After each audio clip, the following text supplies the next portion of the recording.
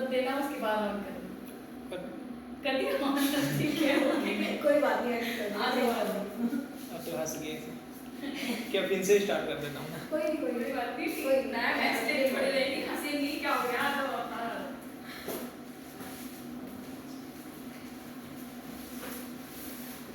चलो let's start. मेरे ना आपने लास्ट वाली क्लास नहीं देखी ना? देखी थी क्या? नहीं देखी। चलो तो हमने लास्ट क्लास में ना चैप्टर नंबर 2 डिस्कस किया था, which was क्या था? Regulatory framework. तो ऑलमोस्ट हमारा जो कॉन्सेप्चुअल फ्रेमवर्क में हुआ था ना चैप्टर नंबर 1 में, वही हमारा थोड़ा बहुत आगे कवर हुआ था रेगुलेटरी फ्रेमवर्क में। और थोड़ी बहुत चीज़ें हमने पहले ही डिस्कस कर ली थी, जो हमारा था IASB कि व्हाट इज IFRS क्या है, IAS क्या है, कौन सी कमेटी है जो इनको बनाती है, ये सब कुछ डिस्कशन जो रेगुलेटरी फ्रेमवर्क में होना था वो हम ऑलरेडी कर चुके थे। तो थोड़े से टॉपिक्स हमने डिस्कस करे थे, फिर मैं आपको क्लास शेयर कर दूँगी। ठीक है? और नहीं है वहाँ से पहले वो बटन ये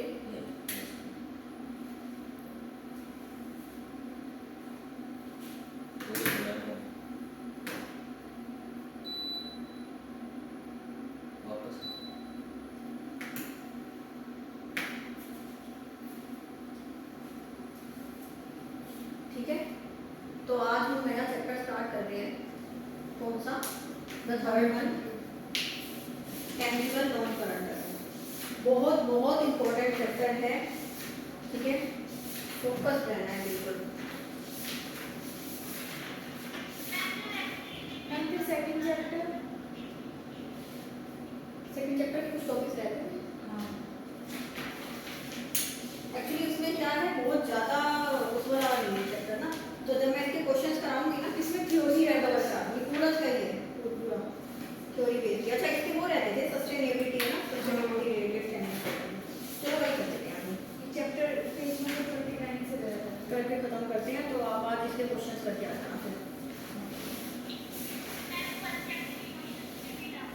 किसमें बेटा? अच्छा क्वेश्चन बैंक करा था आपने? ठीक है, हम पहले ये वाला चैप्टर का ये कंप्लीट कर लेते हैं, ठीक है, उसके बाद लास्ट में हम उनको डिस्कस कर लेंगे क्वेश्चंस को। ओके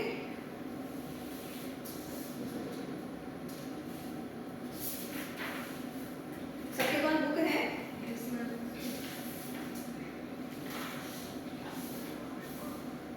आपके पास नहीं है?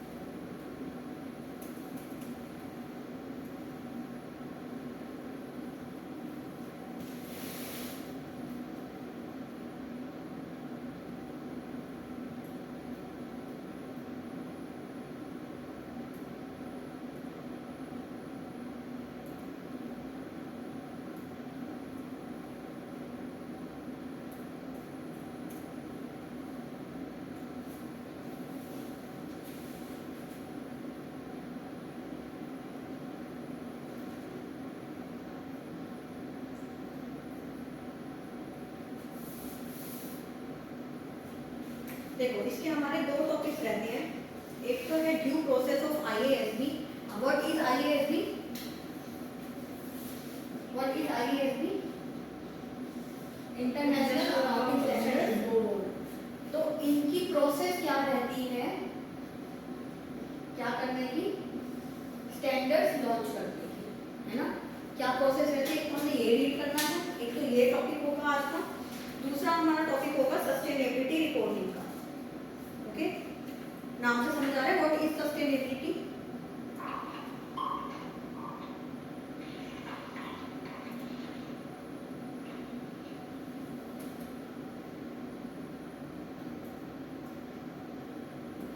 किसी को पता है सस्टेनेबिलिटी क्या होता है?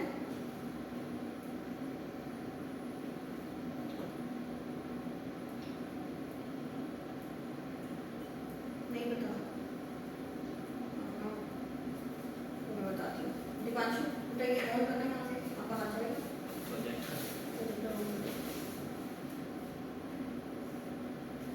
देख रहा करो, तो लॉक प्रेस करो। अब एक बार और क्लिक करो। हाँ तो हो गया इसमें। हाँ, हो गया, एक बार और क्लिक करो।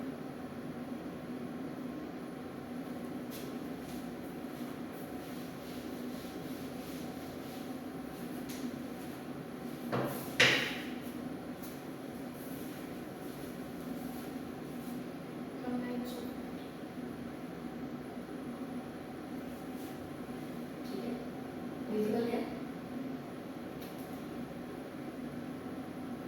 लाइट है काफी ना।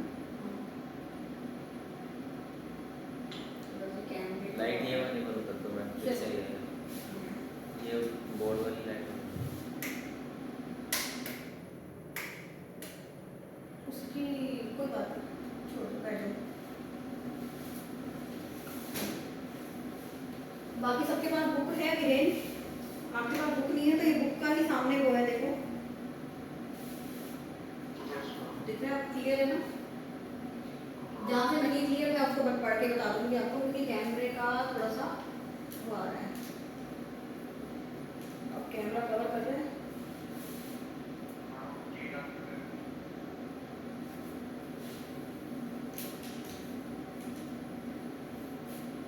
ठीक है,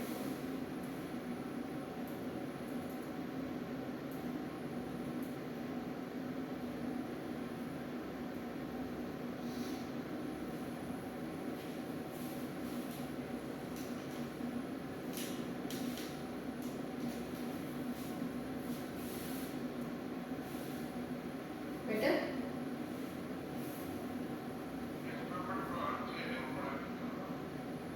पढ़ा नहीं जाना, कोई बात नहीं, मैं पढ़ रही हूँ, पर आप सुनोगे तो आपको पढ़ा जाएगा। ठीक है, ड्यू प्रोसेस ऑफ IASB। देखो, IFRS accounting standards are developed through a formal system of the process and broad international consultation involving accountants, financial analysts and other users and regulatory bodies from around the world। हमने बात करी थी ना कि accounting standard, कोई भी international accounting standard या international financial reporting standard जब लॉन्च किए जाते हैं, this is not a simple process ना कि 2-4 बंदों ने बैठ के बोल दिया और लॉन्च कर दिया। पूरी एक एनालिसिस चलती है ना, कि एक लोग बैठ के, एक कमेटी बैठ के क्या करेंगे, रिसर्च एंड डेवलपमेंट चलती है कि कौन कौन से होने चाहिए, फिर रिकमेंडेशंस होती है, सब अपना अपना रिकमेंड करते हैं कि ये चीज़ें होनी चाहिए। ठीक है, उसके बाद उनको क्या किया जाता है, इंटरप्रेट किया जाता है हर जगह से कि किस कंट्री में इसका क्या इम्पैक्ट आने वाला है। ठीक है, उसके अकॉर्डिंग हम इनको सेट करते हैं। फाइनली जो कमेटी होगी वो इनको लॉन्च करेगी। ठीक है, देखो IFRS accounting standards are developed through a formal system, ठीक है, of due process and broad international consultations according to accountants, financial analysts and other users and regulatory bodies from around the world. Standard setting process, the following summarizes the key steps in the standard setting process। क्या है, issues papers। सबसे पहले क्या होता है, papers issue किए जाते हैं। इट मींस फर्स्ट रिकमेंडेशन, देखो क्या लिखा हुआ है, International Accounting Standards Board staff, जो स्टाफ होता है इनका, prepare an issues paper including studying the approach of national standard setters. ठीक है, अच्छा, इश्यूज पेपर्स के बाद क्या आता है, देखो सबसे पहले इस वाली को रीड कर लो। क्या होता है, सबसे पहले पेपर इशू किए गए, उनके ऊपर डिस्कशन हुआ, उसके बाद क्या हुआ, एक्सपोजर ड्राफ्ट किया गया, देन बन गया फाइनेंशियल रिपोर्टिंग स्टैंडर्ड, है ना। अब इसी में प्रोसेस में क्या क्या किया गया है, पेपर इशू हुए तो क्या किया स्टाफ ने, नेशनल स्टैंडर्ड सेटर्स की अप्रोच को रीड करा है। देन आता है the IFRS advisory council is consulted about the advisability of adding the topic to IASB agenda. कि कुछ और होना चाहिए टॉपिक इसमें या नहीं होना चाहिए। बात समझ आ रही है? पूरा थ्योरेटिकल बेस है, कुछ बहुत बड़ी चीजें नहीं है इसमें डिस्कस करने के लिए। A discussion paper may be publish for public comment. Public comment के लिए डिस्कशन पेपर दिया जाता है कि ये करने जा रहे हैं कुछ, इसके ऊपर कोई कमेंट है और एक टाइम लिमिट डिसाइड कर दी जाती है कि इतने टाइम लिमिट के अंदर अगर आप रिप्लाई कर देते हो कि हाँ ये चीज़ जो है इसमें सही नहीं है, this will not be feasible to apply, है ना, तो उस केस में उसको रिकंसीडर किया जाएगा। But if nobody is replying on that, तो ये क्या अज्यूम किया जाता है कि एवरीबॉडी इज एक्सेप्टिंग दैट, ठीक है, सब एक्सेप्ट कर रहे हैं और आगे प्रोसेस चल देती है। तो फिर क्या होता है, N exposure draft is publish for public comment, ठीक है। सबसे पहले डिस्कशन पेपर आया, फिर एक्सपोजर ड्राफ्ट आया जो फाइनली बना उसका ड्राफ्ट। देन हमारा आता है after considering all comments received and IFRS is approved by a majority of the IASB, the final standard includes both a basis for conclusion and any dissenting opinions. What is dissenting opinion? You are not agree, है ना, दोनों चीजें on the basis of confusion and any dissenting opinions, ठीक है, इनके base पे IASB set कर देते हैं। देखो पीरियड, अभी मैंने बोला ना लिमिटेड टाइम उनको देंगे कि आप इतने टाइम के अंदर रिप्लाई कर दो। परम और विवेक समझ आ रहा है? The period of exposure for public comment is normally 120 days. However, in exceptional circumstances, proposal may be issued with a comment period of not less than 30 days, ठीक है। Yes, sir. मतलब अगर आपको लग रहा है, उनको लग रहा है कि बहुत ही जल्दी हमें लेना चाहिए, बहुत ही जल्दी इसको लॉन्च करना चाहिए, तो 120 डेज से कम का पीरियड दे सकते हैं कि इतने से कम डेज में आपको रिप्लाई करना है, बट 30 डेज से कम नहीं दे सकते, मिनिमम 30 डेज फिर भी होना ही होना चाहिए। वैसे 120 डेज का पीरियड पब्लिक को दिया जाता है कमेंट करने के लिए इसके ऊपर। आगे लिखा हुआ है draft IFRS interpretations are exposed for a 60 day comment period, ठीक है। देखो दो चीजें हमारी आई थी, एक तो हमने क्या किया था, डिस्कशन पेपर और एक्सपोजर ड्राफ्ट, ठीक है। डिस्कशन पेपर कितने दिन के लिए था, कितने दिन के लिए दिया, बोलो,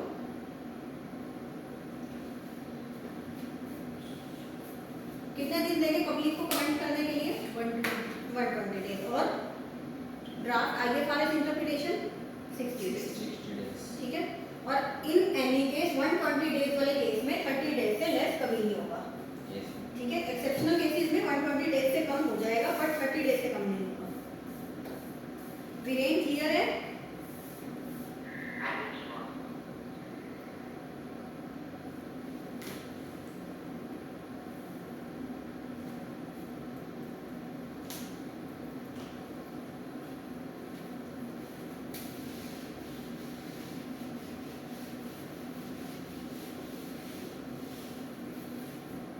coordination with national standard setters, देखो close coordination between IASB due process and due process of national standard setters is important to the success of IASB mandate. The IASB continues to explore ways in which to integrate its due process more closely with national due process, including हमने ये चीज read करने के लिए तो दिए थे ना कुछ इससे पहले वाले पेज दिए थे, वो करे थे आपने, रीड कर लिए थे ना, क्योंकि कितनी बहुत बड़ी चीजें इसमें है नहीं एक्चुअली ना, प्रैक्टिकल बेस्ड जो चीजें नहीं है ना, तो उनसे क्या ही डिस्कशन करें। बस वही है कि आपको इसकी थोड़ी बहुत नॉलेज होनी जरूरी है कि ये आए कैसे थे अकाउंटिंग स्टैंडर्ड्स, कि जिनके बारे में हम आगे पढ़ने वाले हैं, ठीक है। देखो IASB continues to explore ways in which to integrate its due process more closely with national due process. इसका मतलब समझ आया आपको? देखो हर कंट्री में या हमारी इंडिया में लगा लो, accounts according to accounting standards चल रही है, इंडियन अकाउंटिंग स्टैंडर्ड्स, ठीक है। अब ऐसे कौन से वेज वो लेके आए, किस तरीके से एकदम तो आप नहीं कर सकते ना कि आपने अकाउंटिंग स्टैंडर्ड के अकॉर्डिंग अकाउंट्स चल रहे हैं, फटाफट इस वाले ईयर में आप इंटरनेशनल लेके आ सकते, एकदम तो पॉसिबल नहीं है। तो क्या है, IASB continues to explore ways in which to integrate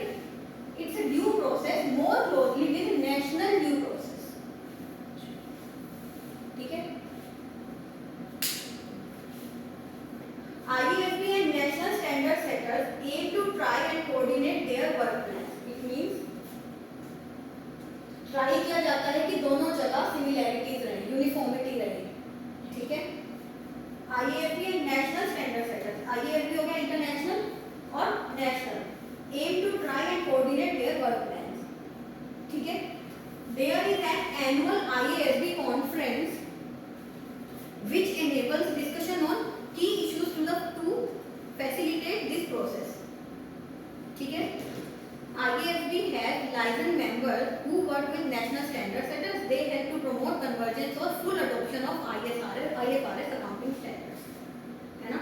Adoption of IFRS accounting standards in your own country, own company, own accounts.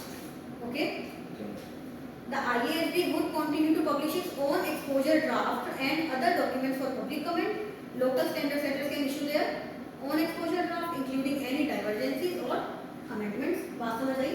क्योंकि लोकल स्टैंडर्ड्स अलग होंगे, हर चीज पॉसिबल नहीं है एज पर इंटरनेशनल स्टैंडर्ड्स करना, तो इन्होंने बोला कि इंटरनेशनल स्टैंडर्ड सेटर्स जो होंगे वो तो अलग से एक्सपोजर ड्राफ्ट देंगे और जो लोकल स्टैंडर्ड सेटर्स होंगे वो अलग से एक्सपोजर ड्राफ्ट देंगे मेंशनिंग व्हाट आर द डाइवर्जेंसीज, कि हम उनसे कहाँ पे अलग हो रही हैं, ठीक है, कौन सी अमेंडमेंट्स है, व्हाट आर द अमेंडमेंट्स, ठीक है, कहाँ कहाँ से हम उनसे अलग चल रहे हैं इंटरनेशनल से। आपको भी जब सीए में भी पढ़ोगे ना, परम आप भी कर रहे हो ना उसमें, इनमें भी आप पढ़ोगे तो वहाँ पे इंडियन अकाउंटिंग स्टैंडर्ड होता है इंडेस, हर इंडेस के लास्ट में ना कुछ अमेंडमेंट दी जाती है, आपके शायद इसमें भी आएंगी ग्रेजुएशन में भी, हर इंडेस के लास्ट में कुछ अमेंडमेंट दी जाती है, इट मीन्स कहाँ पे ये IFRS से अलग हो रहा है, ठीक है, ये चीजें आपके हर उसमें आएंगी, तो यही चीज ये बोल रहे हैं कि जब पब्लिक कमेंट के लिए दोगे ना तो उस टाइम पे आपको अमेंडमेंट्स अलग से शो करती हैं कि कहाँ से ये इंटरनेशनल से अलग है, ठीक है। National standard setter would not be required to vote for IASB's preferred solution in their national standards. This gives the local territory the flexibility to adopt all or make amendments to their local region if required. Simple है? National standard setters would follow their own full due process, which they would ideally choose to integrate with the IASB due process. ठीक है? Interpretation of accounting standards. ये सब कुछ ना थोड़ा थोड़ा करके the IASB has developed, सब कुछ बात समय एक ही आ रही है।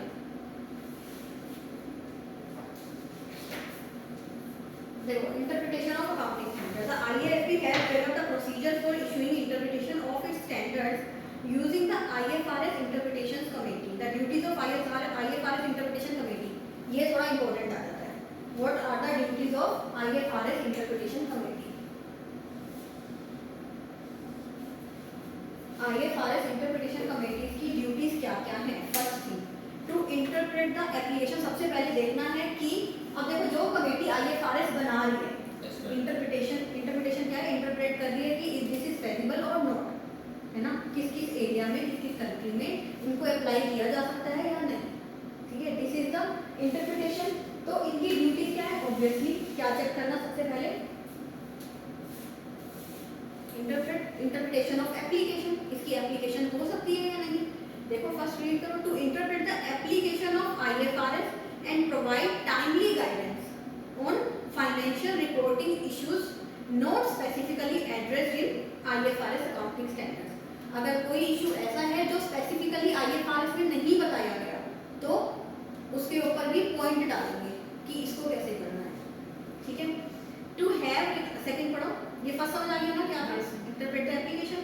To have regard to the board's objective of working actively with national standard setters to bring about convergence of national accounting standards and IFRS accounting standard to high quality solutions, है ना, national standard setters के साथ coordinate करके चलना है कि high quality solution आए, मतलब जहां तक फेजिबल है कि हम नेशनल स्टैंडर्ड के अकॉर्डिंग चल लें और IFRS का मोटिव भी मीट हो जाए तो नेशनल के अकॉर्डिंग रख लो, उनका ये मोटिव है ताकि इजी हो जाए उसको अडॉप्ट करना हर कंट्री में। To review on a timely basis any new identified financial reporting issues not already addressed in existing IFRS accounting standard, ठीक है।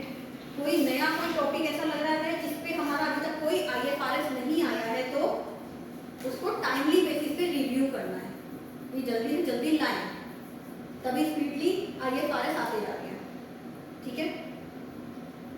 आगे देखो, this is made up of 14 members with significant technical expertise. ये चीजें ध्यान रखने की हैं क्योंकि ये जो जो चीजें आपको लगता है ना नंबर रिलेटेड है, ये बहुत जल्दी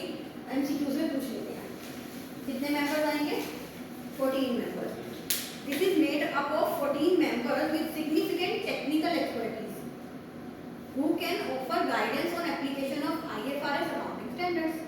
You know, this is often as a result of a question to the committee, who then consider whether this requires further investigation based on the extent of work required. Is it specific enough to be answered efficiently? You know. Correct. And agenda division will then decide whether further explanatory material is to be added to the standard or whether an actual amendment is required. ठीक है?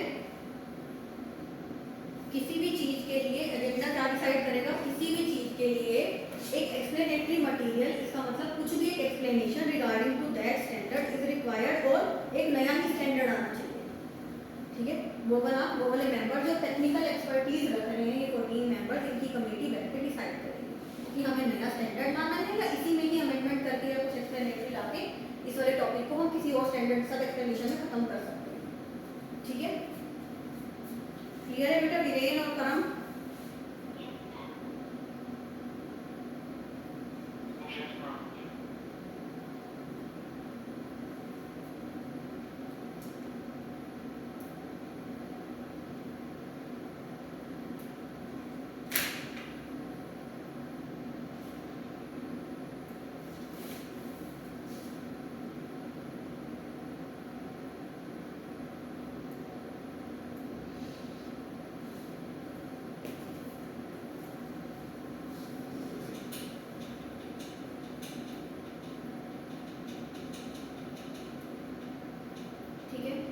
अब activity 2 इसको आप खुद करोगे. Okay. ठीक है, note कर लो. अगर आपसे नहीं होगा, क्योंकि एक बार इसको रीड करोगे तो आपको अपने आप समझ आ जाएगा. हम जस्ट अभी डिस्कस करके हटे हैं इन चीजों को.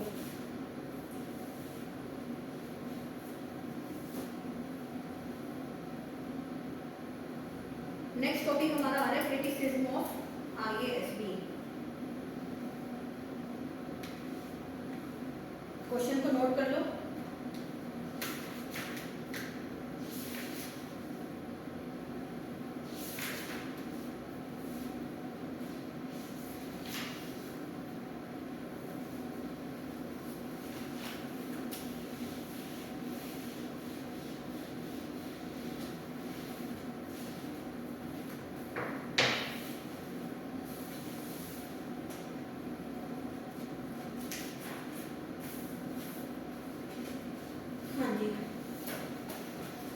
Accounting standard and choice.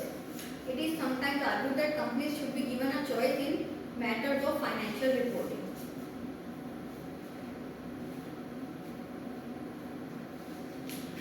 है ना? क्या आर्ग्यूमेंट किए जाते हैं कई बार कि स्टैंडर्ड मत सेट करो, उनको फ्लेक्सिबिलिटी दे दो, कि कंपनीज का अपना ओपिनियन होना चाहिए कि हमें ये चीज़ सही, हमारे डेटा को सही रिप्रेजेंट करेगी, यही करेंगे.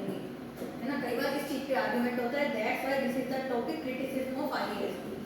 ठीक है, बट पॉसिबल नहीं है वो चीज़, बट ये पढ़ना तो एक एडवांटेज. अब इस वाले केस में क्या होगा देखो. In favour of accounting standard both national and international, दोनों अकाउंटिंग स्टैंडर्ड की बात करें, the following points can be made. They reduce. अब हम क्या कर रहे हैं, किस चीज़ की बात कर रहे हैं? IASB जो ये हमारे स्टैंडर्ड है उनको बनाने के बेनिफिट्स और डिसएडवांटेजेस क्या क्या है. एडवांटेजेस एंड डिसएडवांटेजेस क्या क्या है. एडवांटेजेस पढ़ो. They reduce even eliminate confusion variation in the method used to prepare accounts. Simple, जो स्टैंडर्ड में लिखा है कर दो.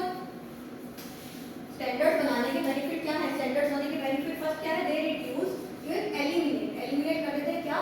Confusing variations in the method used to prepare accounts. सबने एक ही मेथड यूज करना है स्टैंडर्ड में जो लिखा हुआ है. Yes sir. देन आता है they provide a focal point for debate and discussions about accounting practices. ठीक है, क्लियर है? देन थर्ड हमारा आता है दे oblige companies to disclose the accounting policies used in the preparation of accounts. oblige करते हैं. हमने बात करी थी ना डिस्क्लोजर में भी, और नोट्स टू अकाउंट्स की बात हमने जो करी थी. They are a less rigid alternative to enforcing conformity by means of legislation. They have have obliged companies to disclose more accounting information than they would otherwise have done if accounting standards did not exist. For example, IAS 33 earning per share. देखो क्या होता है, अगर एक किसी भी topic के ऊपर स्टैंडर्ड नहीं बना हुआ, ठीक है, मैंने साक्षी को दे दिया, इसके ऊपर आप अपने अपने अपने आप देखो कि अकाउंट्स में आपने क्या करना है और कितने डिस्क्लोजर देने हैं, ठीक है, और प्रतिपांश को दे दिया। दोनों अपनी अपनी जगह अलग अलग दिमाग लगाएंगे कि इन्वेस्टर्स को ये तो ये चीज़ चाहिए हो सकती है, एक डायल्यूटेड अर्निंग पर शेयर निकलता है, इन्वेस्टर्स को ये चाहिए हो सकता है कि पे ऑफ रेशो कितनी है, पे ऑफ रेशो कितनी है, तो ये सब चीज़ें हमारे अकाउंट में होनी चाहिए। सब अपना अपना दिमाग लगा के चलेंगे। आप किसी और के पॉइंट ऑफ व्यू से सोच के चलोगे कि क्रेडिटर ये सोचेगा, उसको ये चाहिए, इस वाले यूजर को ये चाहिए फाइनेंशियल स्टेटमेंट के, तो ये सब कुछ हमारी फाइनेंशियल स्टेटमेंट्स में हो। बट अगर उस टॉपिक के ऊपर एक अकाउंटिंग स्टैंडर्ड है जो आपको लिमिटेड बता देता है कि सिर्फ यही 3 चीजें आपने डिस्क्लोज करनी है, then that would be easy for you. दोनों को अलग अलग दिमाग लगाने की जरूरत नहीं है और डाटा बल्कि नहीं होएगा, क्योंकि जब हम अलग अलग दिमाग लगाएंगे तो हम बहुत सारी चीजें दिखाने की कोशिश करेंगे। बट अकाउंटिंग स्टैंडर्ड सेटर्स ने जो एक्सपर्ट्स बैठे हुए हैं उन्होंने बता दिया पहले ही कि इस चीज की ज्यादा रिक्वायरमेंट है, सारे यूजर्स इससे सेटिस्फाई हो जाएंगे इस वाली रिक्वायरमेंट से, ये डिस्क्लोजर आर सफिशिएंट। तो उनके अकॉर्डिंग आप चल सकते हो, आपको अलग से दिमाग लगाने की जरूरत नहीं है। तो लास्ट पॉइंट वही हो गया, ठीक है। अब आ जाओ डिसएडवांटेज पे, ये आप खुद भी बता सकते हो, है ना। One method of preparing accounts might be inappropriate in some circumstances, है ना, कि एक ही मेथड से चल रहे हो, मे बी आपके अकाउंट उससे सही रिप्रेजेंट ना हो रहे हो, आपको लगता है नहीं, जैसे अगर हमारा स्टैंडर्ड बोल रहा है कि हमें फीफो चलना है, first in first out, but आपको लगता है कि मेरे अकाउंट तो लीफो से बेटर चलते हैं, है ना। जैसे अगर आप स्टेशनरी वगैरह देख लो, बुक्स देख लो, बुक्स का स्टॉक जब एक रूम में जाता जा रहा है, ठीक है, अंदर अंदर अंदर अंदर चलता जा रहा है, नया स्टॉक आता जा रहा है, अब व्हाट इज द फैक्टिबिलिटी, कौन सा पहले निकलेगा, जो बाद में आएगा। Last in first out method work करता है, बट अगर आपका स्टैंडर्ड कहता है आपने फर्स्ट इन फर्स्ट आउट के अकॉर्डिंग चलना है, बट आपको करना पड़ेगा, है ना। तो this will be wrong in your case, है ना, नहीं होगी ना सही प्रैक्टिस हो, बट करना पड़ेगा बिकॉज स्टैंडर्ड में लिखा हुआ है। Standard may be subject to lobbying और government pressure in case of national standards, है ना। गवर्नमेंट प्रेशर तो आता ही आता है जब भी कोई स्टैंडर्ड सेट किया जाएगा कि इस तरीके से रिप्रेजेंट करो। Many national standards are not based on a conceptual framework of accounting, although this is the basis of IFRS accounting standards, ठीक है। There may be a trend towards rigidity, there are also political problems as any international body, whatever its purpose or activity, faces difficulties in attempting to gain international consensus, and the IASB is no exception to this. It is complex for IASB to reconcile the financial reporting situation between economies as diverse as developing countries and sophisticated first world industrial powers. Ultimately उन्होंने कहना क्या था इसमें भी,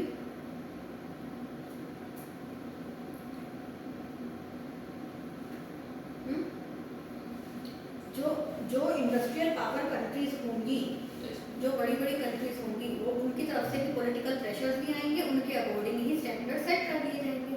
अब जो developing countries होंगी they will suffer, है ना। ये डिसएडवांटेज है बट उनको करना तो पड़ेगा अगर उनको इंटरनेशनल स्टैंडर्ड फॉलो करनी है तो, ठीक है। तो एडवांटेजेस एंड डिसएडवांटेजेस दोनों हो गए।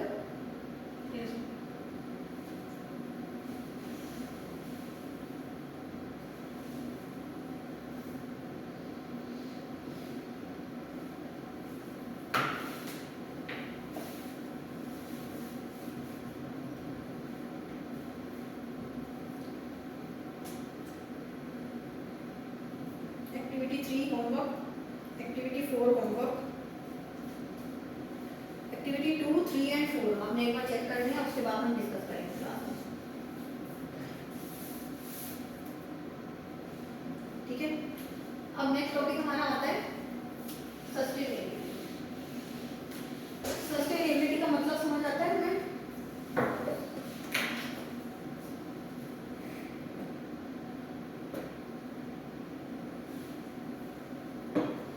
आपको पता है सस्टेनेबिलिटी ना काफी लास्ट 8-10 सालों से ज़्यादा फेमस हुआ है सस्टेनेबिलिटी। क्यों?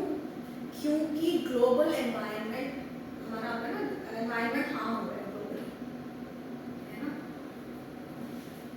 कैसे हार्म हो रहा है? जो कंपनीज जो इंडस्ट्रीज लग रही हैं यहाँ पे वो कोई ना कोई एनवायरनमेंट की चीज़ें यूज़ कर रही हैं, रिसोर्सेज यूज़ कर रही हैं, जैसे पानी, एयर, हर चीज़ को नुकसान हो रहा है। ठीक है, आपको वो लेयर के बारे में पता है? कौन सी लेयर नाम हो रही है? ओजोन लेयर एक है जो जो पोल्यूशन जो यहाँ का पोल्यूशन जो निकल रहा है ना अर्थ से, उसकी वजह से वो ओजोन लेयर ही हार्म होती है। तो these are all are called environmental resources. जो कंपनी एनवायरमेंटल रिसोर्सेज को यूज़ कर रही है उनका ये भी तो फर्ज बनता है कि उस एनवायरनमेंट के लिए कुछ करें, कि आगे आने वाली जनरेशन जो है वो भी उस एनवायरनमेंट को यूज़ कर सके। अगर वो पानी को गंगा में डाल रहे हैं, रिवर गंगा में डाल रहे हैं, अगर पोल्यूटेड वाटर अपना सारा पानी गंदा करें, तो उनके एक ड्यूटी और भी बनती है क्या, कि उसकी क्लीनिंग के लिए कुछ करें, क्लीन करवाएं उस पानी को। अगर कोई ऐसा पानी और गंदा जा रहा है, फोन्स बन रहे हैं कहीं पे, उनको रीट्रीट कराने के लिए प्लांट्स लगाए जाएं। पिछले 8-10 सालों में इन चीज़ों के लिए बहुत एक्शन लिए गए हैं कि कंपनीज की वजह से जितना हार्म एनवायरनमेंट को हो रहा है वो कंपनी उसके लिए कंपनसेट करें सोसाइटी को। ठीक है, देखो what is sustainability? Sustainability is not a new concept. In 1987, the United Nations Brundtland Commission defined sustainability as meeting the needs of the present without compromising the ability of future generations to meet their own needs. ये बात हमने कही कि present needs भी आपने satisfy करनी है, future को सोच के चलके कि फ्यूचर जनरेशंस के लिए प्रॉब्लम्स ना क्रिएट हो जाए, कि उनके पास बचे ही ना resources. Sustainability is not just about looking after the natural environment. It includes environment, society, economic and governance.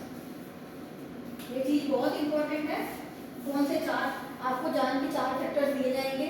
ठीक है, जब 4 पॉइंट्स होंगे ना एमसीक्यूज में, वो वाले 4 ये वाले 4 अलग 4 कर करके दिए जाएंगे। किसी में ये 3 होंगे, किसी में ये 3 होंगे, किसी में इस तरीके से करके आपको ऑल 4 लर्न करते हैं कि कौन कौन से 4 फैक्टर है। एनवायरनमेंट सबसे पहले है, सोसाइटी की बात सबसे पहले करिए, इकोनॉमिक्स एंड गवर्नेंस। ठीक है, what is the governance? The rules regulations associated with this. Need for sustainability reporting. देखो investors and other stakeholders are increasing interested in sustainability including impact on entity, including both the impact and entity has on environment and society, as well as understanding how the entity is dependent on these factors. ठीक है, एक और चीज आपको पता है, किसी ने कंपनी लॉ पढ़ा है अभी तक? कंपनी लॉ पढ़ा है, उसमें CSR पढ़ा है? CSR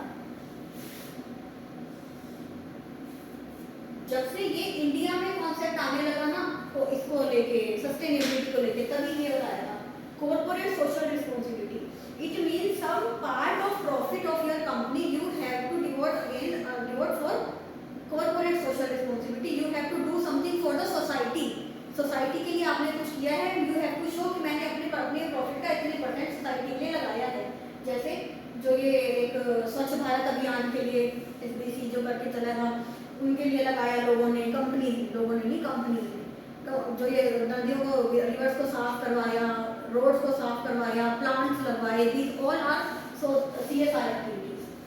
तो उनके लिए उनका कुछ प्रॉफिट होना ही होना चाहिए, कंपल्सरी कर दिया just because of this sustainability.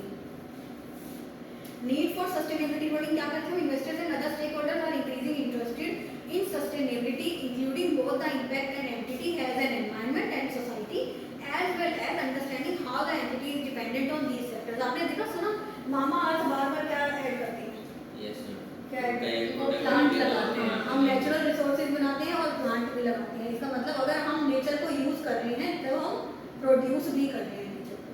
Yes, उसको रीगेट करने का ट्राई कर रहे हैं, रिप्रोड्यूस करने का। ठीक है, तो इस वजह से क्योंकि आजकल कंज्यूमर भी, इन्वेस्टर भी अवेयर होते जा रहे हैं फॉर दीज टॉपिक्स कि अगर आप सारे नेचुरल रिसोर्सेज लेते जाओगे तो फ्यूचर जनरेशंस क्या करेंगे, है ना? तभी वो बार-बार आजकल ये एडवर्टीजमेंट की भी वो बन गई है तरीका बन गया है, बहुत सारी कंपनी इन चीज़ों को लेके चल रही हैं आजकल। Entities want to ensure that they attract and retain investors and also appeal to a wide range of stakeholders. है ना?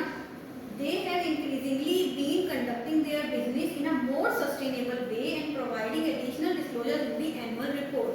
आपको पता है एक ना जब हमारे एनुअल अकाउंट्स बनते हैं ना उसमें एक डायरेक्टर्स रिपोर्ट बनती है। डायरेक्टर्स रिपोर्ट शो करती है हमारे कंपनी ने कौन कौन से स्टेप्स लिए इस साल। उसमें एक पॉइंट स्पेशल अलग से इसी चीज़ के लिए आता है एनवायरमेंटल रिपोर्टिंग के लिए कि आपने एनवायरमेंट को सेव करने के लिए क्या किया। May be you have used solar power, may be you have started rain harvesting, बहुत सारी चीज़ें होती हैं। तो उस चीज़ के लिए एक अलग से पॉइंट आने लग गया रिपोर्टिंग के लिए because all the stakeholders who are the users of financial statements are interested in this topic. देखो लिखा हुआ है entities want to ensure that they attract and retain investors and also appeal to a wide range of stakeholders. They have increasingly been conducting their business in a more sustainable way and providing additional disclosures in the annual report. These disclosures may be within a strategic report or a separate sustainability report but are not part of financial statements, are not in scope of IFRS accounting standards. IFRS accounting standards में cover नहीं हो रही हैं, इसलिए क्या किया गया है पता है? इनके लिए नए स्टैंडर्ड्स बना रहे हैं। अभी स्टार्ट ही कर रहे हैं, जस्ट स्टार्टिंग है, आप लोग बच गए, आपको नहीं पढ़ने होंगे। 2 स्टैंडर्ड ही हैं, थोड़ा बहुत ही आपको पढ़ना है। तो आगे आने वाले जो लोग होंगे ना, आगे आने वाले जनरेशन उनके लिए काम शायद बढ़ने वाला है। थोड़े और भी आएंगे वीडियो पर सस्टेनेबिलिटी रिपोर्टिंग के ऊपर। IFRS sustainability disclosure standards.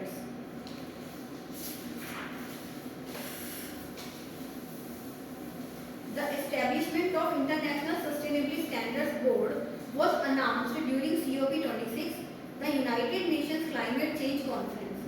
The intention is for ISSB to deliver a comprehensive global baseline of standards for sustainability related disclosures. The standards are to provide investors and other capital market participants with information about the company's sustainability related risks and opportunities to help them make informed decisions. This aims to improve the reliability and comparability of reporting by companies on climate and other environmental, social and governance matters. The ISSB issues its first 2 IFRS sustainability disclosure standards in June 2023 and these standards ये date जरूर वो करनी है, ठीक है? IFRS standards कब निकले थे? 2 IFRS accounting standards, IFRS standards आए थे, कौन से कब आए थे? IFRS सस्टेनेबिलिटी डिस्क्लोजर स्टैंडर्ड, ठीक है? देखो first one is IFRS standard 1, sustainability disclosure standard 1 क्या है? General requirements for disclosure of sustainability related financial information, और IFRS S2 climate related disclosure, ठीक है? फिर हमारा आता है IFRS S1, कब से लग ये अप्लाई कब से हुए हैं? 1 जनवरी 2024, this is the first year, है ना? IFRS S1 general requirement for disclosure of sustainability related financial information. IFRS S1 objective, the objective of IFRS S1, इसके बारे में जरूर एक क्वेश्चन आएगा बिकॉज दिस इज द होट टॉपिक नाउ, है ना? अभी ये नया आया है तो एक क्वेश्चन तो जरूर पूछ लेंगे। The objective of IFRS S1 is to require an entity to disclose information about its sustainability related risk and opportunities that is useful to investors when making decisions relating to providing resources to the entity. IFRS S1 provides a framework for entities to disclose sustainability related information that is material to their financial performance and prospects. This information can help investors and other stakeholders make informed decisions. हमने कहा ना आजकल investors बड़े interested हैं ये जानने में कि जिस कंपनी में हम इन्वेस्ट कर रहे हैं या जिस कंपनी से हम डील कर रहे हैं, is that company thinking about the environment, thinking about the society, ठीक है? IFRS S1 underlying principle is that an entity's ability to generate cash flow in the short, medium and long term are inextricably the interactions between the entity and its stakeholders, society, economy, and the natural environment. The entity's business practices can have an impact on these, yet at the same time the entity is dependent on them. This created both sustainability related risk and opportunities.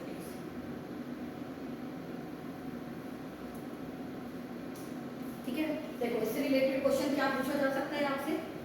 IFRS what is the and what are the underlying principles of IFRS S1? Standard 1 के underline principal क्या है? Is that an entity's ability to generate cash flow in the short, medium and long term. ठीक है, और किसकी के बीच में इंटरेक्शन फिक्स होगी? Stakeholders, society, economy, natural environment, ये चार चीजें याद कर लेना।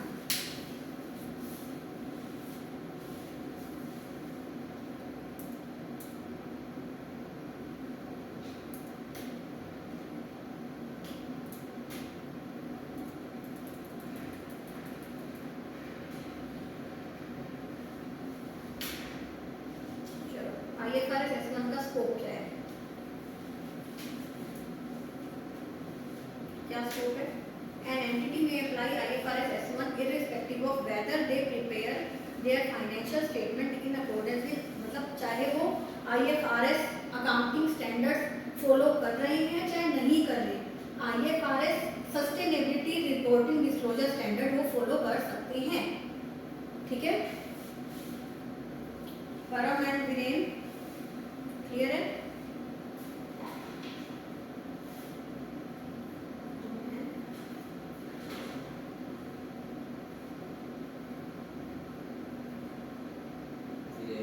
वीरेन क्लियर।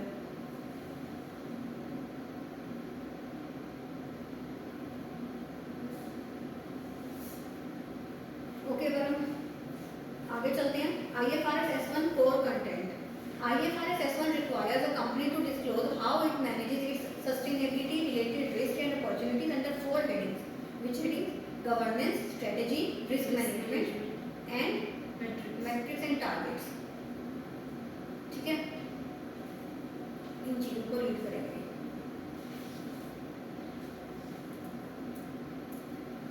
बिल्कुल प्रॉपर थियोरेटिकल क्लास बन के रहेगी आज।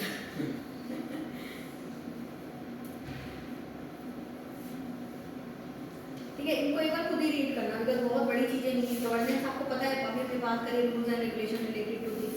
ठीक है, स्ट्रेटेजी पता है क्या होता है, रिस्क मैनेजमेंट पता है, मैट्रिक्स एंड टारगेट सबके बेसिक नॉलेज पता है ना कि क्या क्या है। अब उससे रिलेटेड हमारा यहाँ पे कि objectives of disclosure are to enable user. ठीक है, objectives of disclosure are to enable users of general purpose financial reports to ये गवर्नेंस के केस में understand the governance process, control and procedure and entity और accept में disclosures क्या क्या होंगे।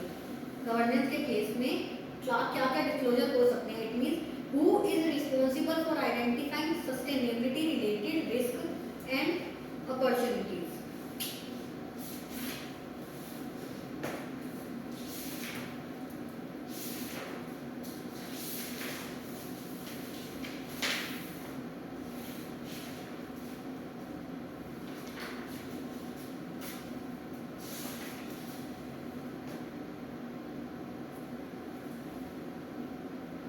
ठीक है, इन चीजों को आप रीड कर सकते हो आराम से, कर लोगे? परम कर लोगे?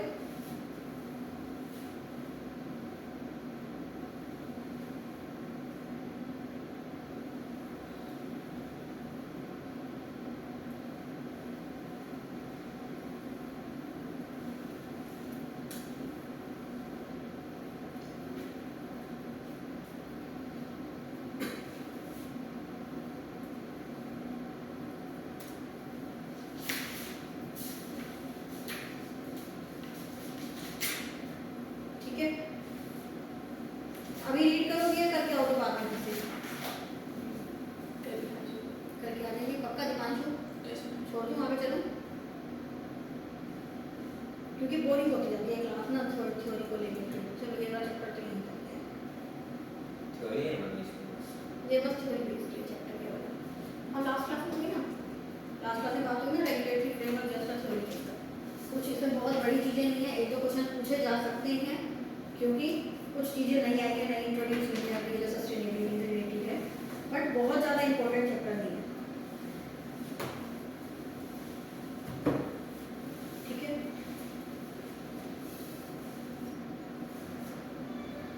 वीरेन को मैसेज करो, न्यू टॉपिक स्टार्ट हो रहा है, he wants to join again.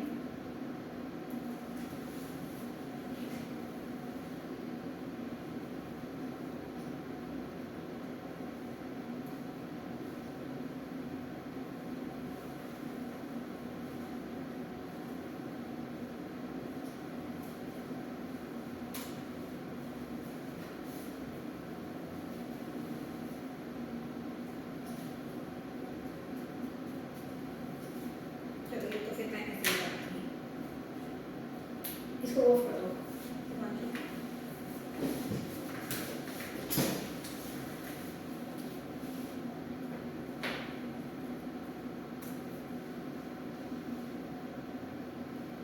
हो गया। लाइट कर दूँ हाँ,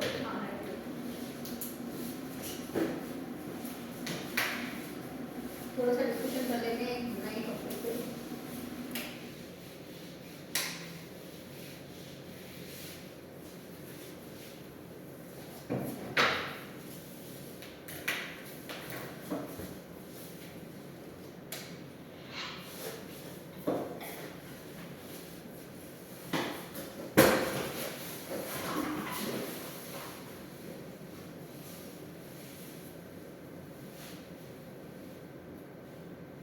करा क्या मैसेज इसको करा? करती हूँ।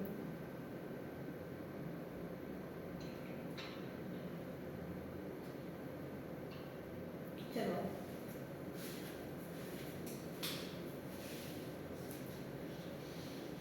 नेक्स्ट चैप्टर क्या है? Tangible non current asset. What is a non current asset? Current asset है ना, करंट असेट क्या होती है?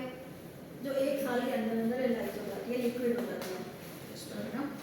और नॉन करंट असेट क्या होती है? लाइक फिक्स्ड असेट हो गई, ठीक है, हाँ, जो लॉन्ग टर्म के लिए चलती रहेगी। अच्छा, नॉन करंट असेट के केस में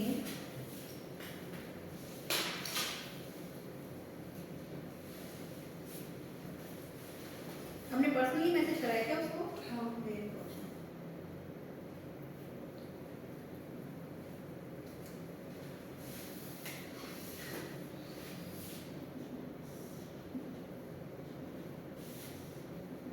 देख, नॉन करंट असेट के हमने हमने क्या बोला है? हर चीज के लिए एक अलग स्टैंडर्ड बना हुआ है, ठीक है। अब नॉन करंट असेट के सबसे पहले हम किसी कंपनी में अगर नॉन करंट असेट है, उसका पर्पस देखेंगे वो है किस लिए, क्या क्या हो सकता है। एक तो हो सकता है यूज ऑफ कंपनी, कि कंपनी में फिक्स असेट यूज हो रही है, जैसे प्लांट एंड मशीनरी हो जाती है जो यूज होती है, जो कंपनी की बिल्डिंग हो गई, ये सब कुछ, ठीक है। दूसरा हो सकता है इन्वेस्टमेंट पर्पस के लिए, कि उस वाली कंपनी ने इन्वेस्टमेंट पर्पस के लिए कुछ ले रखा है, ठीक है। अगर company property for use of company, अगर इस चीज के लिए कंपनी के पास असेट है, नॉन करंट असेट है, तो उस पे लगेगा हमारा जो इंटरनेशनल अकाउंटिंग स्टैंडर्ड, कौन सा वाला? Property plant and equipment. क्या है स्टैंडर्ड का नाम? प्रॉपर्टी प्लांट एंड इक्विपमेंट, ठीक है, ठीक है। आईएस नंबर है 16। और यहाँ इस वाले केस में अगर कंपनी ने इन्वेस्टमेंट पर्पस के लिए रख रखी है, ठीक है, तो उसकी रिकॉग्निशन और उसका मेजरमेंट अलग तरीके से होगा, ठीक है। तो उसके लिए हमारा इंटरनेशनल अकाउंटिंग स्टैंडर्ड 40 लग जाएगा, विच इज इन्वेस्टमेंट प्रॉपर्टी, ये सेम नाम है उसका।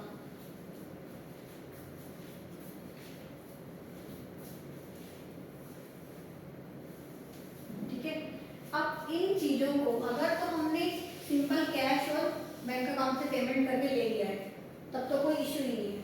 बट अगर हमने इसको क्या करके लिया है, लोन लेके लिया है, तो जो वो लोन लेने की जो कॉस्ट आएगी, जो इंटरेस्ट आएगा, उसको भी हमें इसकी कॉस्ट में इंक्लूड करना पड़ेगा। Yes, ma'am. और उसका भी एक अलग तरीका होगा कैलकुलेशन का, which is based on standard IAS 23 borrowing cost.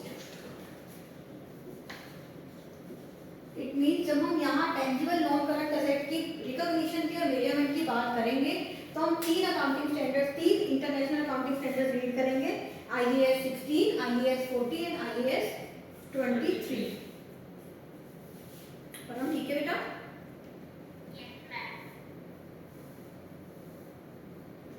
Viren, class को लीव करी थी आपने? ओके, मुझे लगा बोर हो गए आप। थ्योरेटिकल टॉपिक था ना, तो हमने तो आपकी वजह से हमने फटाफट से प्रैक्टिकल स्टार्ट कर लिया। हमने कहा वीरेन ने क्लास छोड़ दी। चलो, बोर्ड विजिबल है?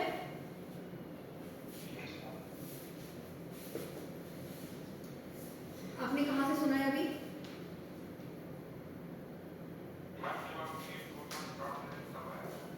अच्छा, तो आपने पूरा सुना है ना जो मैंने बोला?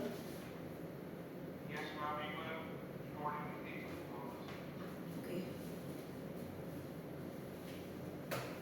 ये हटा दो, इसको हम एक तरीके से लिख लें।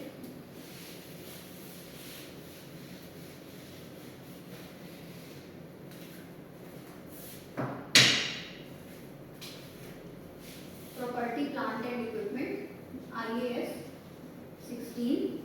जब आप ये बार बार करते जाओगे ना 2-3 बार में, आपको लर्न होने लग जाएगा। अभी लर्न हो गया होगा। ये कौन सा है? Investment property 40। हाँ, वेरी गुड। देखो अभी तो लर्न हो गया। तो यहाँ पे कौन सा लिखेंगे? 23। हाँ, बोरोइंग कॉस्ट IAS 23। ठीक है? अब देखो IAS 16 में हम क्या क्या पढ़ने वाले हैं। ठीक है, आज हम सिर्फ IAS 16 पढ़ेंगे, बाकी दोनों नेक्स्ट क्लास में। ओके, देखो IAS 16 में सबसे पहले हम क्या पढ़ेंगे कि इसकी अकाउंटिंग कैसे की जाएगी। अकाउंटिंग फॉर PPE की अकाउंटिंग कैसे होएगी? Accounting and revaluation.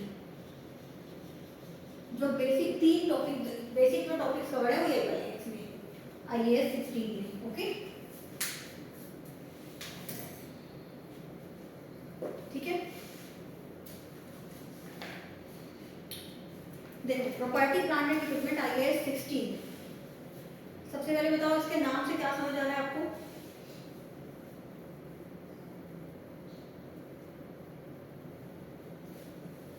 Non current asset की बात। हमने स्टार्ट करते ही ये बोला था the tangible non current asset which is in the company for use of the company production process में काम आने वाली है, या किसी भी कंपनी के लिए काम आने वाली है, कंपनी के किसी भी काम में काम आने वाली है। एडमिनिस्ट्रेशन पर्पस भी हो सकता है, हमने बिल्डिंग की बात करी थी, हो सकता है ऑफिशियल बिल्डिंग है बट काम तो कंपनी की ही आ रही है, इन्वेस्टमेंट पर्पस की नहीं है।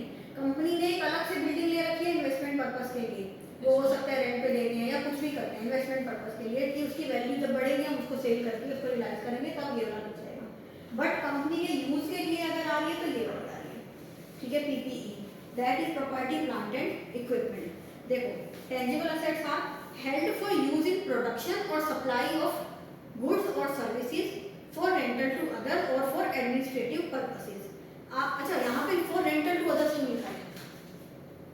हमने बात करी अगर कंपनी ने इन्वेस्टमेंट प्रॉपर्टी ले रखी है कि उसको वैसे ही रेंट कर दिया या हम उसको बेच के हम उससे प्रॉफिट अर्न करेंगे तो वो इन्वेस्टमेंट प्रॉपर्टी है, बट इन्होंने बोला फॉर रेंटल टू अदर्स। क्यों? अगर कंपनी का बेसिक बिजनेस ही यही है, समझ रहे हो, कंपनी का बेसिक बिजनेस ही यही है प्रॉपर्टी लेके रेंट पे चढ़ाना, तब तो वो यहीं पे आ जाएगा ना, तब तो वो PPE हो जाएगा उसका प्रॉपर्टी प्लांट एंड। बट अगर कंपनी का बेसिक बिजनेस कुछ और है, वो सिर्फ इन्वेस्टमेंट पर्पस के लिए कर रही है ये काम, कि कोई एक प्रॉपर्टी ले ली, तब वो यहाँ पे इन्वेस्टमेंट प्रॉपर्टी हो जाएगा। ठीक है। Are held for use in production or supply of goods or services for rental to others or for administrative purposes, या and are expected to be used during more than one period। वो बात हमने करी, तभी हम उसको non current asset बोलते हैं। ठीक है ना। मोर देन वन पीरियड मतलब मोर देन वन ईयर उसको यूज किया जा रहा है, तभी वो नॉन करंट एसेट है, अदरवाइज तो वो करंट एसेट ही होती, तभी इस पे property plant and equipment accounting standard लगता है। Cost the amount of cash or cash equivalent paid or the fair value of the other consideration given to acquire an asset at the time of its acquisition or construction। Cost कैसे निकालेंगे? जो उसको acquire करते time, या तो हमने अगर construct किया है तो कंस्ट्रक्शन की जो कॉस्ट आई है, एक्वायर किया तो खरीदने की जो कॉस्ट आई है, टोटल मिला के ब्रोकरेज वगैरह सब कुछ ऐड करके जो कॉस्ट आएगी that will be the cost. अभी हम सिर्फ डेफिनेशन पढ़ रहे हैं। ठीक है। रेजिडुअल वैल्यू नाम समझ आता है? Residual value scrap value, it means अगर जैसे मशीनरी की बात कर रहे हैं तो at the end of the life of machinery ये कितने में सेल हो जाएगी? यस, कोई परम कुछ बोले आप? No, ma'am. चलो आगे। Yes, ma'am. तो रेजिडुअल वैल्यू समझ आ गया कि at the end of the life of the asset इससे कितना अमाउंट रियलाइज हो जाएगा, that is the residual value. फिर हमारा आता है fair value. What is the fair value? सिर्फ हम कॉस्ट पढ़ रहे हैं। किसी एक पर्टिकुलर पीरियड पे उस असेट से हमें क्या रियलाइज हो जाएगा, that is the fair value. ठीक है। या उस टाइम पे उसका मार्केट प्राइस क्या है। ठीक है। अभी हमने उस टाइम पे भी पढ़ा था ना, ये जो हमने लास्ट में टॉपिक पढ़ा है कॉस्ट के टाइम पे मेजरमेंट में, है ना, हिस्टोरिकल कॉस्ट और करंट वैल्यू की। करंट वैल्यू में हमने फेयर वैल्यू पढ़ा था, तो वही है फेयर वैल्यू। डेप्रिसिएशन, डेप्रिसिएशन आपको पता है यूजफुल लाइफ में। दीपांशु को हंसी आ गई डेप्रिसिएशन के नाम से, क्यों गई? चल रहा है ये टॉपिक, चल रहा है डेप्रिसिएशन। हो गया मैंने। हो गया। 11th में कितना बोर करता था ना ये, बस बंदा लिखता ही रह जाता है, लिखता ही रह जाता है, लिखते ही वही की वही चीज बार बार। चलो, depreciable amount, the depreciable amount of an asset is historical cost और amount substituted for cost in financial statement less is estimated residual value. Depreciable amount is like एक हमारी असेट है, ठीक है, उसकी कॉस्ट है हमारी 20 लाख डॉलर, रेजिडुअल वैल्यू हमारी है 2 लाख डॉलर, 2 लाख डॉलर। ठीक है। तो डेप्रिशिएबल वैल्यू क्या होती है? 18 लाख। मतलब पूरे पीरियड में कितना डेप्रिसिएशन लगेगा, दैट इज डेप्रिशिएबल वैल्यू। ठीक है। Depreciable amount. तो यूजफुल लाइफ कंपनी को, कंपनी उस असेट को कितने टाइम तक यूज कर सकती है अपने बिजनेस में, है ना? या तो ईयर के हिसाब से ले सकते हो, ईयर मंथ, या फिर प्रोडक्शन के हिसाब से कि ये कंपनी, ये वाली जो असेट है, ये वाली जो मशीनरी है, ये टोटल इतनी यूनिट्स प्रोड्यूस कर सकती है, टोटल 1 लाख यूनिट प्रोड्यूस कर सकती है। इस साल में 20,000 यूनिट प्रोड्यूस हो गई तो उसके हिसाब से डेप्रिसिएशन लग जाएगा। ठीक है। जितनी जितनी यूनिट्स प्रोड्यूस हो जाएंगी, जनरली नंबर ऑफ ईयर्स के हिसाब से लगता है या नंबर ऑफ मंथ्स के हिसाब से लगता है। कैरिंग अमाउंट किसी एक पर्टिकुलर टाइम पे कैरिंग अमाउंट क्या है, जैसे अगर हम यहाँ पे ले इसकी यूजफुल लाइफ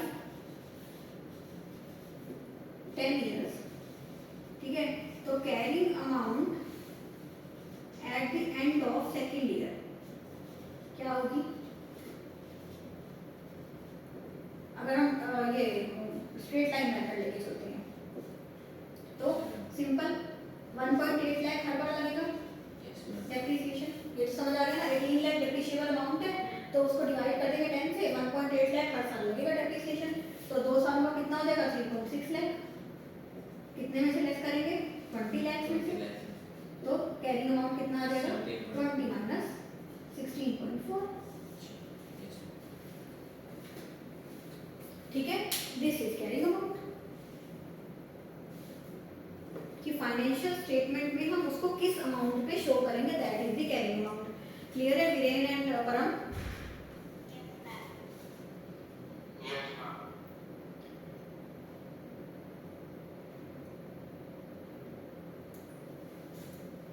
ठीक है, ये हमारी होगी सारी डेफिनेशन। ये मैं हटा रही हूँ क्योंकि हम IAS 16 पे ही बात करने वाली हम। ओके,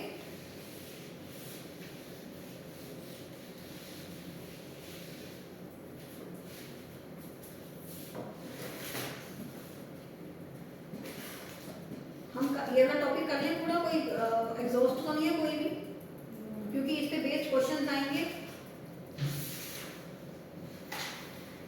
ठीक है, हाफ एन आवर लग सकता है इसको करने में, एक दो क्वेश्चंस करवाऊंगी। अभी करें या नेक्स्ट क्लास में करें? मैं कहता हूँ नेक्स्ट क्लास में करें, because this is a big topic, time लेगा, आधे घंटे से ऊपर लग सकता है अगर क्वेश्चन करेंगे तो, क्योंकि आपके ऑलरेडी यहाँ पे 3 क्वेश्चन हो चुके हैं और रीडिंग के लिए भी 1-2 पेजेस हैं, और क्लास मंडे को ही दोबारा होगी। मंडे को हो जाएगी ना वीरेन?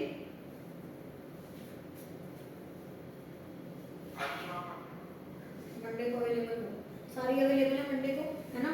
तो आज फ्राइडे तो हो ही गया, सैटरडे संडे दिया 2 डेज होंगी, और इन लोगों की क्लासेस भी होंगी, तो आप एक बार होमवर्क कर लो अभी। ठीक है,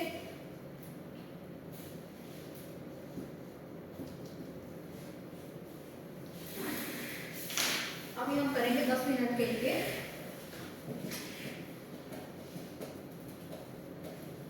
परम, Yes, ma'am. क्वेश्चन सॉल्व करे थे ना आपने बेटा क्वेश्चन बैंक के?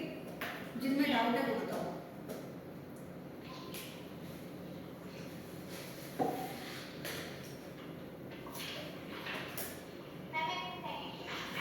फर्स्ट हो गया सब? सबका हो गया था फर्स्ट?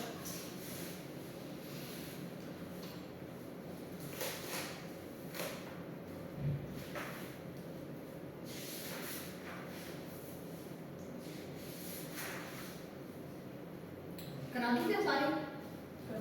कराई देते सारे। देखो सेक्शन ए में करो, निकालो question bank. How does the conceptual framework define an asset? Asset की डेफिनेशन हमने पढ़ी थी। वीरेन, बुक है ना बेटा आपके पास भी? नहीं है, बुक नहीं है? साक्षी फोटो खींचिए, फर्स्ट सेकंड दोनों इकट्ठे, जितने क्वेश्चन थे इकट्ठे भेज सकते हो भेजो।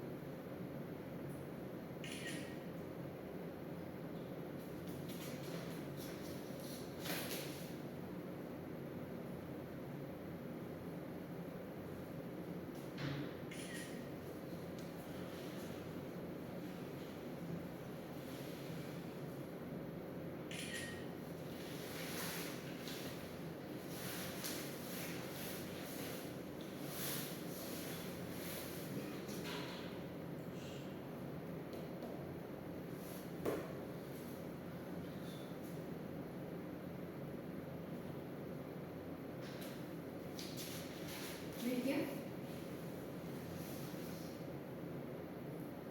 भेजिए सारे क्वेश्चंस, करिए बेटे। यस। देखो क्वेश्चन नंबर 1, सबसे पहले तो उसमें क्या लिखा है, how does the conceptual framework define an asset? Asset को कैसे डिफाइन करते हैं?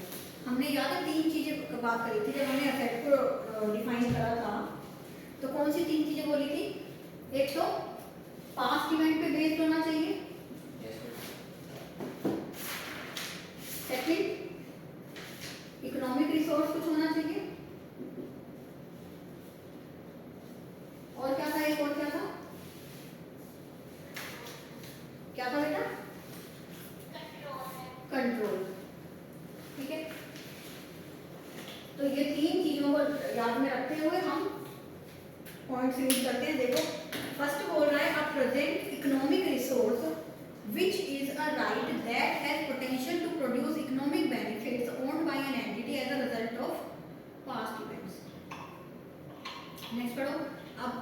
कंट्रोल की बात करी क्या कुछ?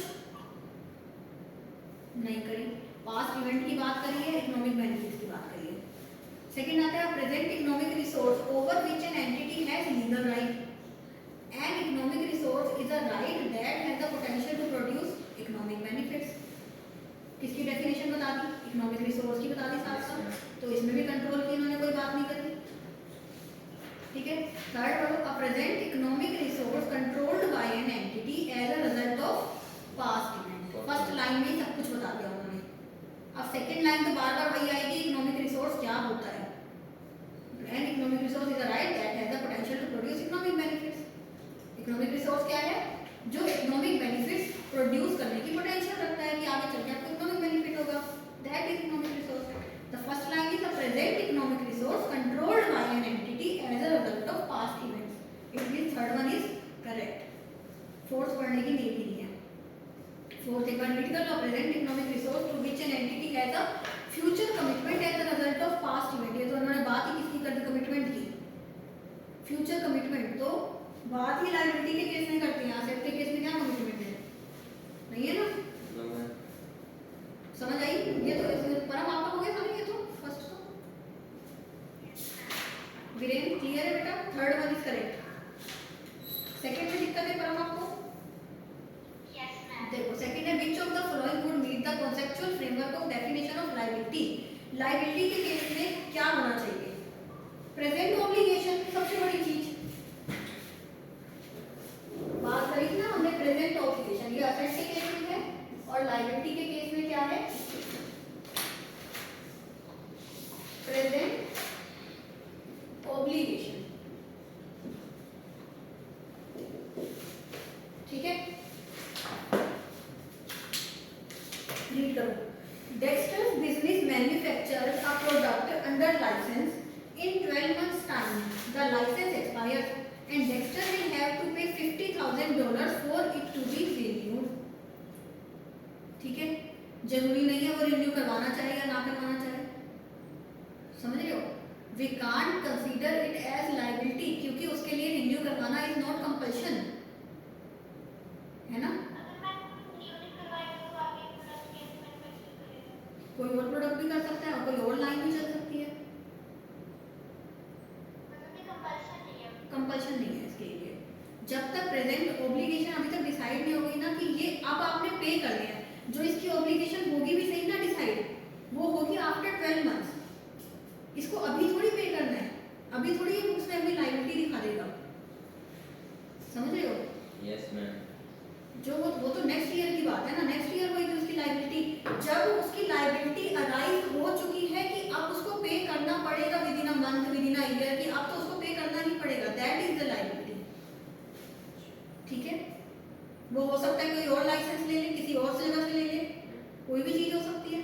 अभी तक तो कुछ भी डिसाइडेड नहीं है, तो तब तक तो हम ऑब्लिगेशन या लायबिलिटी फिक्स नहीं कर सकते। सेकंड आता है reckless purchased an investment 9 months ago for $120,000. $120,000. The market for these investments has now fallen and reckless investment is valued at $90,000. अरे इन्वेस्टमेंट की वैल्यू लेस करेंगे, लायबिलिटी का क्या मतलब यहाँ पे? इन्वेस्टमेंट को रीवैल्यू करेंगे, समझ आई ना? असेट की साइड इन्वेस्टमेंट की वैल्यू $120,000 आ रही है, उसको लेस करके $90,000 कर देंगे और लॉस बुक होएगा। लायबिलिटी का तो कोई मतलब ही नहीं है, कहीं पे थोड़ी करना है आपने कुछ भी। Carter has estimated the tax charge on its profit for the year just ended as $165,000. उसका फिक्स हो गया है ये तो कि ये टैक्स लगेगा $165,000. Now he is liable to pay. ये liability बन गई। This is liability. समझ आ रही है बेटा? Expansion is planning to invest in new machinery and has been quoted a price of $570,000. It's just a planning, और इन्वेस्ट करने का प्लान कर रहे हैं, अभी तक कोई लोन या बोरो करने का प्लान करा ही नहीं, तो लायबिलिटी का मतलब नहीं थर्ड सही है ना? तो फोर्थ भी इनकरेक्ट है, थर्ड ही करेक्ट है। एक बार थर्ड बताना वापस क्वेश्चन बताओ थर्ड नहीं, ऑप्शन थर्ड क्वेश्चन आगे है ना उसके। अच्छा, विच of the following would correctly describe. अच्छा आपने भी करेक्ट है तो थर्ड नहीं हुआ आपसे। Yes okay, which of the following would correctly describe the value in use of a 2-year-old asset. ये तो भाई बहुत इजी है, ये तो आपने क्वेश्चंस भी करे थे इस पे बेस्ड। तो वैल्यू इन यूज कैसे निकालते हैं? Discounted method, present value method, चारों में से कोई ना कोई ऑप्शन पक्का होगा। देखो द फर्स्ट है, first one is original cost of asset, ये तो हो ही नहीं सकता। Second is amount that could be obtained from selling, fair value. The cost of N equivalent new asset less 2 years depreciation, कौन सा हो गया ये? Current cost. करंट समझ रहे हो? Yes ma'am. First is historical cost, second is fair value, third is current cost, fourth is present value which is value in use. आपका हो गया था काम ये? Yes, ma'am.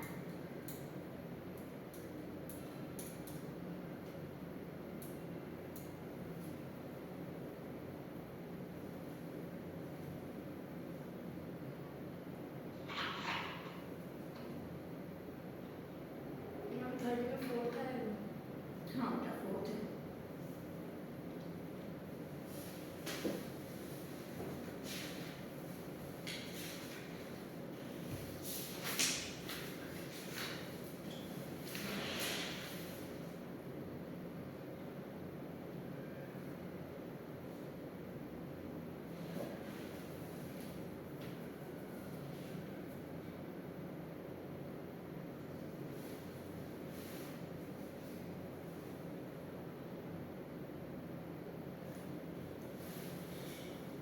ठीक है, चलिए आगे।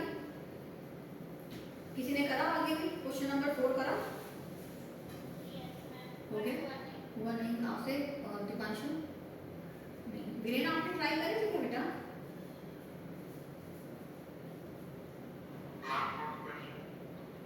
आपने ये सारे क्वेश्चंस ट्राई करे थे क्वेश्चन बैंक के?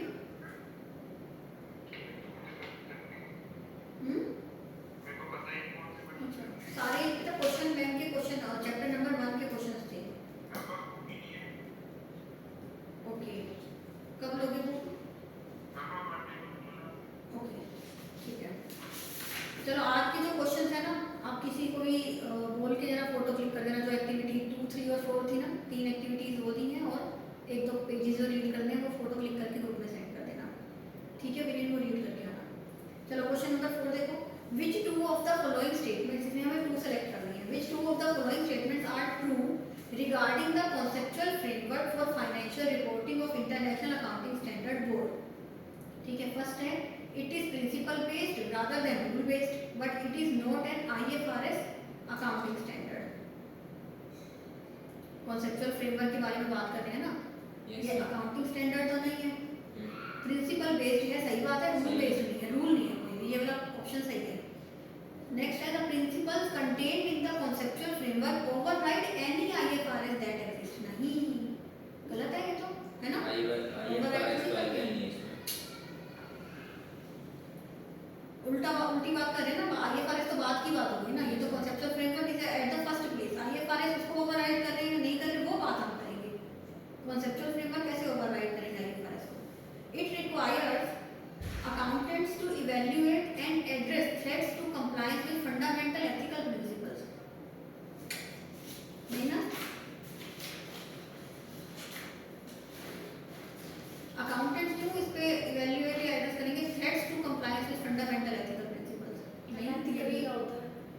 ethics वर्ड ethics होती है ना कि आपको मतलब एक accepted practices that this is good, like if someone is blind and you are watching him कि वो रोड क्रॉस करना चाह रहा है and you are helping him crossing the road which is right, तो वहाँ पे मेरा कोई भी बंदा ये नहीं कहेगा ये गलत कर रही है।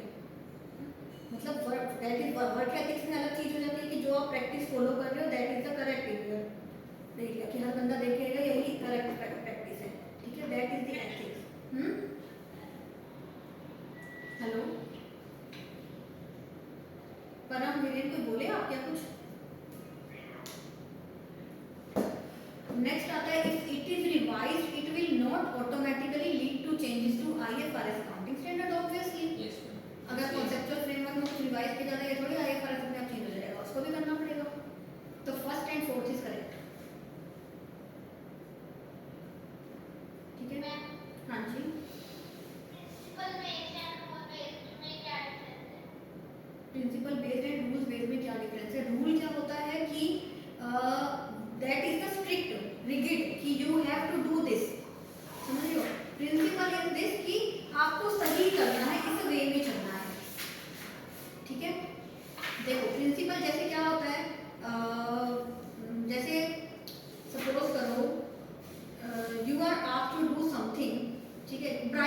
में बात कर रहा हूँ, ठीक है।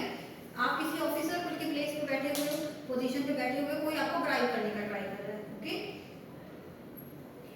ठीक है। पर आप क्या कहते हो, मेरे प्रिंसिपल्स में नहीं है, ओके।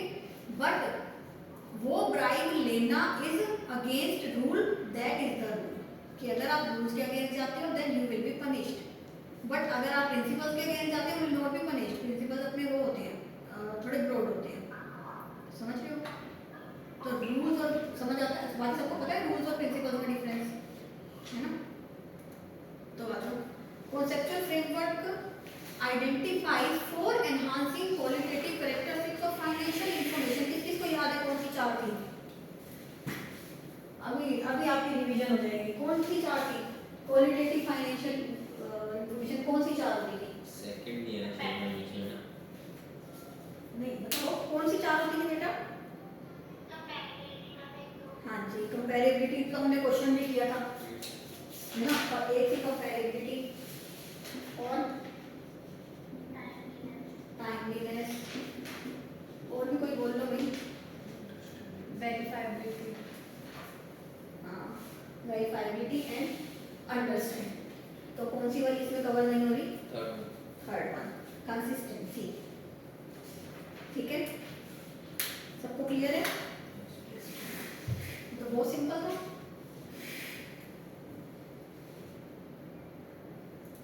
अब इन्होंने अभी ना आपको ट्रैक करने का ट्राई नहीं करा। यहाँ पे आपको ट्रैक कर सकते थे सिमिलर वर्ड्स देख के, कि चारों एक ही लाइन में दे देते, उसके बाद सिमिलर अलग अलग वर्ड्स देते हैं आपको। तो इस तरीके से ये ट्रैक करते हैं। तो आपको ये चीज़ें बहुत क्लियर होनी चाहिए, ठीक है, क्योंकि एकदम से 2 मार्क्स का क्वेश्चन है। यस, तो सही हुआ तो सीधा 2 मार्क्स, नहीं तो 0। नेगेटिव मार्किंग नहीं, नेगेटिव नहीं है इसमें। बहुत बड़ा प्लस पॉइंट है कि इसमें नेगेटिव मार्किंग नहीं है। और वो भी एक एमसीक्यू पे 2 नंबर मिल रहे हैं। एक एमसीक्यू के 2 नंबर मिल रहे हैं, वो प्लस में भी है नेगेटिव में। कुछ कहा बेटा, करो आपने?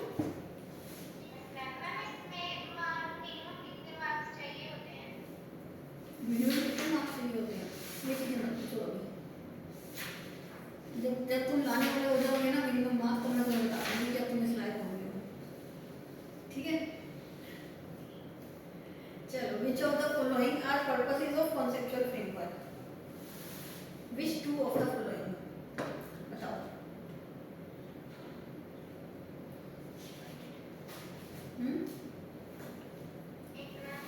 First, to assist preparers to develop consistent accounting policies when no IFRS accounting standard applies to a particular event. किसी इवेंट में अकाउंटिंग स्टैंडर्ड नहीं लग रहा तो कंसिस्टेंट पॉलिसी लगेगी, ठीक है। देन आता है हमारा to issue rules regarding the accounting treatment of elements in financial statements. और थर्ड पढ़ो, to assist in determining the treatment of items not covered by an existing IFRS accounting standard.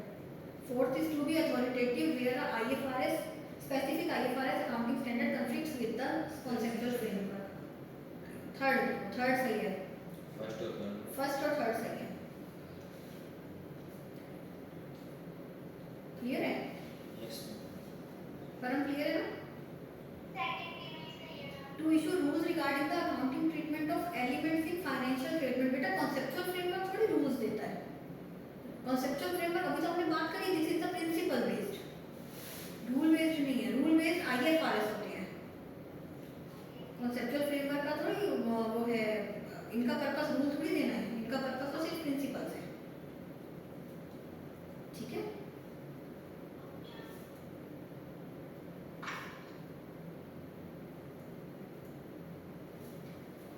Next आता है recognition is the process of, कितने question है?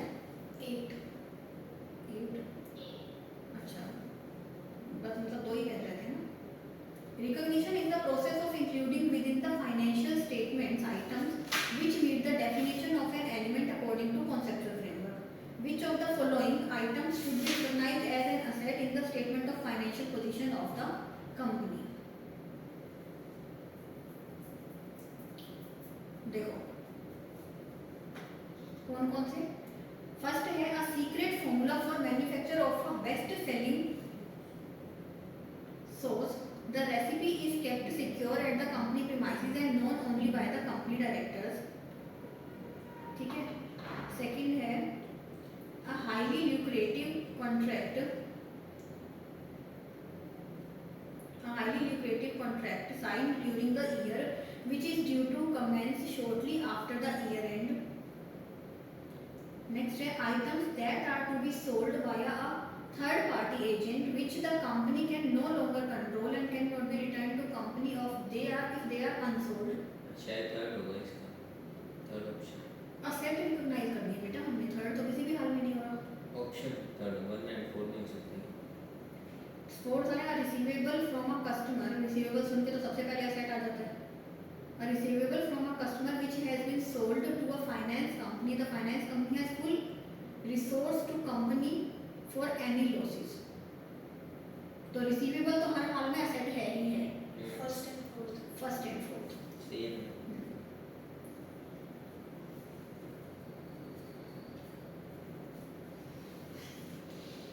ठीक है बेटा.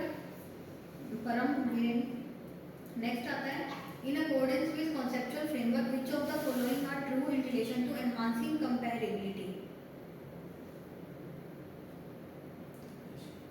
Permitting alternative accounting treatment for the same economic phenomenon enhances comparability. Comparability requires uniformity.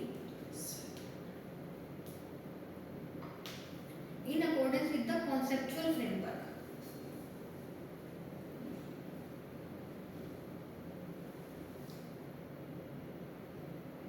Second है. हाँ second है क्योंकि दोनों ही सही नहीं है. देखो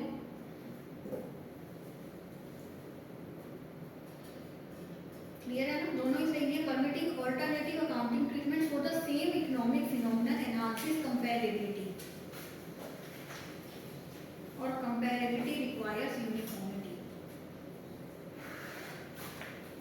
In relation to enhancing characteristics of comparability. Enhancing characteristics of comparability read करना जरा क्या है.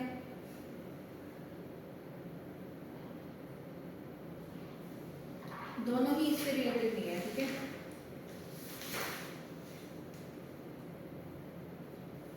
दोनों ही नहीं है. neither one neither two, neither one nor two. ये आएगा.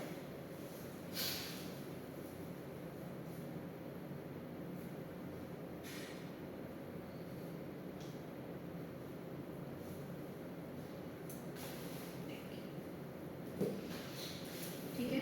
Yes.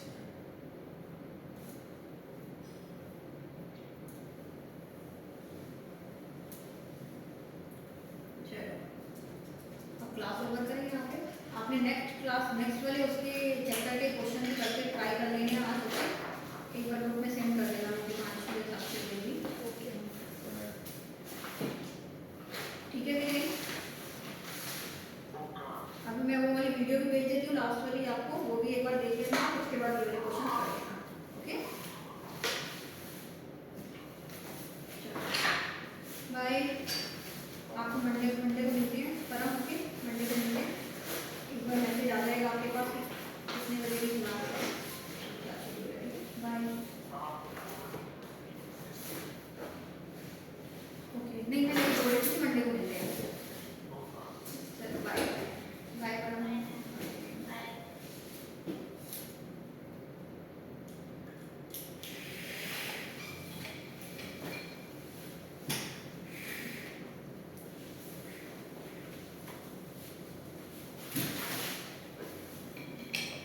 See you on Monday.